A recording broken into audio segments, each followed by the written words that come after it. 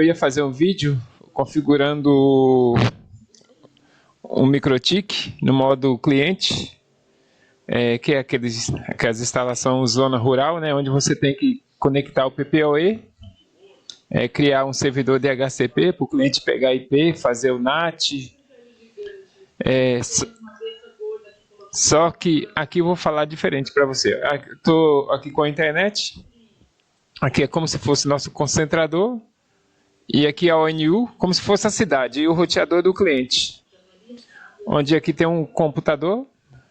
O cliente vai se conectar na rede LAN aqui, né? E aqui vai ter a autenticação PPoE. Eu até criei aqui um cliente PPoE, onde eu vou conectar o cliente aí com o usuário Lucas e a senha 123. Depois eu vou te explicar aqui sobre esse repetidor. Quando você se conecta aqui no roteador principal, você já tem um roteamento já que é da rede LAN, onde está essa rede LAN, que é a rede do computador, os dispositivos. Aí depois você tem a conexão PPoE, onde você coloca o usuário. Então esse roteador está fazendo um roteamento. Aí você tem um roteamento aqui, aí depois você tem um roteamento lá no concentrador, onde joga para a internet. Então tem dois NAT, né? Que um NAT fica no provedor, outro NAT fica no cliente. Quando você coloca o repetidor conectado na WAN, o que acontece? Você vai ter que criar a outra LAN aqui. Aí funciona o seguinte, se esse roteador aqui tem o IP 192.168.1.1, se você fosse ligar na WAN, o modo correto seria na WAN, você ia receber via DHCP, né? O roteador já faz isso sem você precisar configurar, diferente de uma MikroTik. E imagina que esse roteador tem também o IP 192.68.1.1. Então esse roteador vai conflitar com a LAN desse roteador, porque os dois é .1.1. Ou vice-versa, se aqui fosse um Intelbras 10.0.0.1 e esse segundo roteador fosse um Intelbras e ele fosse com IP 10.0.0.1.1, você pegando o cabo aqui da LAN do primeiro roteador e colocando na WAN do segundo roteador, a LAN do segundo roteador ia ser 10.0.0.1, iria conflitar, entendeu?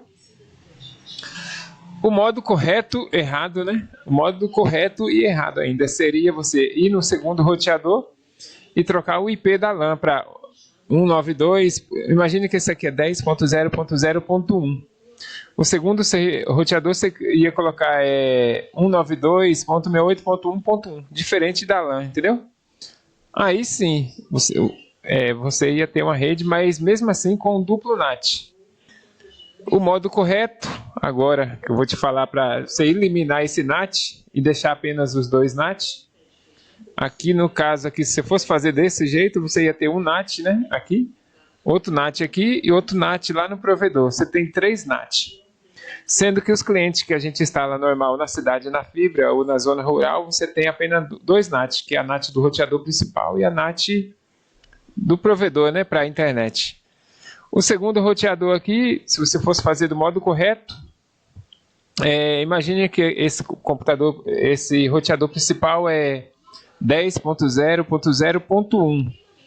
Você ia entrar nesse segundo roteador com o cabo desconectado, ia digitar, ia mudar o IP para 10.0.0.5. Ponto 5 ou ponto 10, por padrão, quando eu faço isso, eu coloco 5. Porque eu sei que o primeiro roteador sempre vai ter o final 1. Aí, se tiver alguma coisa de repetidor, eu coloco 5. Se eu for fazer assim, né? Que é diferente da rede mesh. Eu coloco 10.0.0.5. Aí eu vou lá no servidor... Aí eu vou lá e configuro ele normal, né? Wi-Fi, canal, frequência. Não precisa fazer acesso remoto para ele, entendeu? Não precisa mudar MTU, nada disso. Você configura só o modo Wi-Fi dele, desativa o WPS. Aí você vai lá, depois que você fez tudo isso, você vai lá no servidor DHCP dele, na LAN, servidor DHCP do segundo roteador e desativa. Aí você vai plugar o cabo na LAN. Você pega até um papelzinho e coloca na WAN para ninguém colocar nada, entendeu? Porque o primeiro roteador ele vai fazer a distribuição do IP para o segundo roteador. E todos que se conectar aqui, computador, notebook, celular, ele vai pegar o IP do primeiro roteador. Esse é o modo correto. Então, nesse lab aqui, a gente vai esquecer isso aqui primeiro. Eu vou conectar aqui como se fosse, como se você chegasse na zona rural e fosse conectar aí a MikroTik, né? Fazendo a conexão PPoE. A gente só vai anular aqui a parte da wireless, né? Eu só vou fazer a conexão PPoE, depois fazer o servidor DHCP, entendeu? Porque aqui não é eu não consigo simular aqui um wireless para a gente configurar a parte de wireless. A parte wireless, como você já sabe, fazer a conexão. E aí depois a gente vai ver esse laboratório todo funcionando aqui.